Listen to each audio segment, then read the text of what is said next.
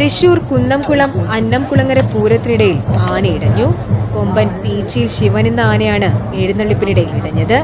കൂട്ടിയെഴുന്നള്ളിപ്പിന് ശേഷം ആനയെ കൊണ്ടുപോകുന്നതിനിടയിലാണ് ശിവൻ ഇടഞ്ഞത്.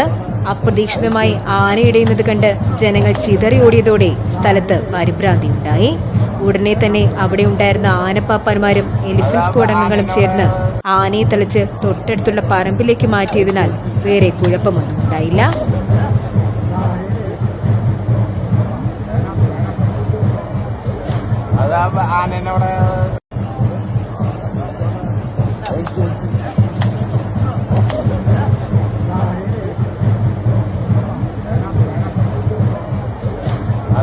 ആനവിടെ